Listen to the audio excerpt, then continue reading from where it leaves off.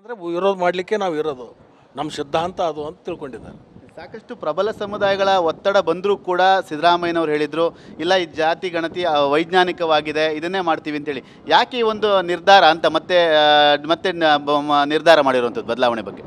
ನೋಡ್ರಿ, ನಾವೆಲ್ಲರೂ ರಾಜಕಾರಣಿಗಳು, ಜನರ ಅಭಿಪ್ರಾಯಗಳನ್ನು ಸಂಗ್ರಹ ಮಾಡಿಕೊಂಡ್ರು, ಜನರ ಪೂರಕವಾಗಿರ್ತಕ್ಕಂಥ ಕೆಲಸಗಳನ್ನು ಮಾಡ್ತಕ್ಕಂಥದ್ದು ನಮ್ಮ ಎಲ್ಲರ ಕರ್ತವ್ಯನೂ ಮತ್ತು ಕರ್ತವ್ಯದ ಜೊತೆಗೆ ನಾವು ಮಾಡಬೇಕಾಗತ್ತೆ.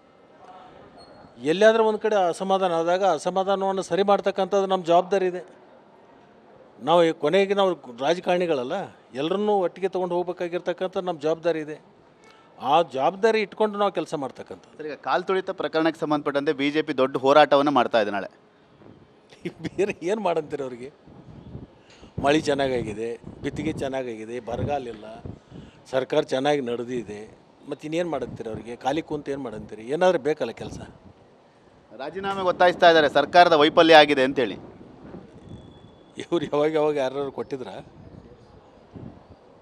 ಈಗ ಗುಜರಾತದಲ್ಲಿ ವಿಮಾನದ ಒಂದು ಅಪಘಾತ ಆಯಿತು. ಹಂಗಾದರೆ ವಿಮಾನಯಾನ ಸಚಿವರು ರಾಜೀನಾಮೆ ಕೊಡ್ಬೇಕಲ್ಲ? ಕೊಟ್ಟಿದ್ದಾರ?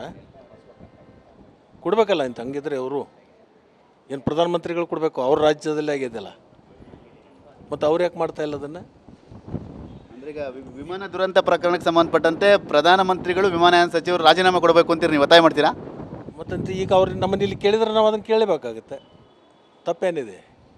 ಇಲ್ಲಿ ಮುಖ್ಯಮಂತ್ರಿಗಳು ಮತ್ತು ಉಪಮುಖ್ಯಮಂತ್ರಿಗಳು ರಾಜೀನಾಮೆ ಕೊಡಬೇಕಂತಂದಾಗ, ಹಂಗಾದರೆ ನೀವು ಅಲ್ಲಿ ವಿಮಾನ ಆದಂಥ ಅಪಘಾತಕ್ಕೆ ನೀವು ಹೊಣೆಗಾರಾಗಿ ನೀವು ಕೊಡ್ರಲ್ಲ. ಮತ್ತು ವಿಮಾನಯಾನ ಮಂತ್ರಿಗಳು ಪ್ರಧಾನಮಂತ್ರಿಗಳು ಕೊಡಿಸ್ತೀರಾ? ಕೊಡಿಸ್ರಪ್ಪ ನೋಡೋಣ. ಅದು ಅವ್ರ ರಾಜ್ಯದಲ್ಲೇ ಆಗಿರೋದು. ಎಲ್ಲಿ? ಗುಜರಾತು, ಅಹಮದಾಬಾದಲ್ಲೇ ಆಗಿರೋದು, ಅವರ ಕೇಂದ್ರ ಸ್ಥಳದಲ್ಲೇ ಆಗಿರೋದು. ಮಾಡ್ತಾರೆ ಅದನ್ನು? ಅಂದರೆ ಈ ಘಟನೆ ವೈಫಲ್ಯದಿಂದ ಆಗಿಲ್ಲ ಅಂತೀರ ಹಾಗಾದರೆ ಕಾಲು ತುಳಿತ ಪ್ರಕರಣ? ಆಗಿದೆ, ಇಲ್ಲ ಅಂತಲ್ಲ. ಸ್ವಲ್ಪ ಅಚಾತುರ್ಯ ಆಗಿದೆ, ಇಲ್ಲ ಅಂತಲ್ಲ. ಒಂದು ಅಂದಾಜು ಇರಲಿಲ್ಲ. ಇಷ್ಟು ದೊಡ್ಡ ಪ್ರಮಾಣದಲ್ಲಿ ಜನ ಬರ್ತಿದೆ ಅಂತಕ್ಕಂಥದ್ದು ಯಾರಿಗೆ ಊಹಿಸ್ಲಿಕ್ಕೂ ಸಾಧ್ಯ ಇರಲಿಲ್ಲ. ಅದು ಆಕಸ್ಮಿಕವಾಗಿರ್ತಕ್ಕಂಥ ಘಟನೆ. ಮುಂದೆ ಆಗಬಾರ್ದಂಗೆ ಅದನ್ನು ಸರಿ ಮಾಡ್ಕೊಳ್ತಕ್ಕಂಥದ್ದು. ಆಯಿತು, ಇವರು ಮುಖ್ಯಮಂತ್ರಿಗಳು ಉಪಮುಖ್ಯಮಂತ್ರಿಗಳು ರಾಜೀನಾಮೆ ಕೊಟ್ಟ ಮೇಲೆ 11 ಜನ ಬರ್ತಾರಾ? ಬದುಕ್ತಾರೇನು? ಆಯ್ತಪ್ಪ, ನಿಮ್ಮನ್ನು ಕೇಳ್ತೀನಿ ನಾನು. ನಾವು ರಾಜೀನಾಮೆ ಕೊಟ್ಟು ಮನೇಲಿ ಕೂಡ್ತೀವಿ, ನಿಮ್ಮನ್ನು ಮುಖ್ಯಮಂತ್ರಿ ಯಾರು ಮಾಡ್ತೀರಿ?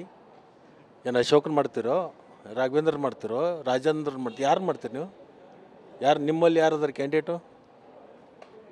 ನಿಮ್ಮ ತಾಟಿನೊಳಗೆ ಹೆಗಣ ಬಿದ್ದಿದೆ, ಇನ್ನೊಬ್ಬರು ತಾಟಿನಾಗ ನೊಣ ಹುಡುಕ್ತೀರಿ ನೀವು? BJP ನಾಯಕರಿಗೆ ಹಾಕ್ತೀರ ಸವಾಲ ನೀವಿದು? ಮತ್ತು ಇನ್ಯಾರಿಗೆ ಹಾಕ್ಬೇಕು? ಮತ್ತು ನಾನು JDS ಅವ್ರಿಗೆ ಹಾಕೋಕ್ಕಾಗತ್ತಾ? ಅವ್ರಿಗೆ ಹೇಳ್ಬೇಕಲ್ಲ, ವಿರೋಧ ಪಕ್ಷದವ್ರಿಗೆ ಹೇಳ್ಬೇಕಲ್ಲ, ಪ್ರತಿಪಕ್ಷದವ್ರಿಗೆ ಅನ್ನೋಕ್ಕಿಂತಲೂ ವಿರೋಧ ಪಕ್ಷದವ್ರಿಗೆ ಹೇಳ್ಬೇಕಲ್ಲ. Thank you. ಇದಿಷ್ಟು ಮಾಜಿ ಸಚಿವರು ಶಾಸಕರಂತ ಲಕ್ಷ್ಮಣ್ ಸವದಿ ಅವರ ಮಾತು. ಕ್ಯಾಮ್ರಾಮನ್ ಸಯ್ಯದ್ ಜೊತೆ ಸುನಿಲ್, TV9.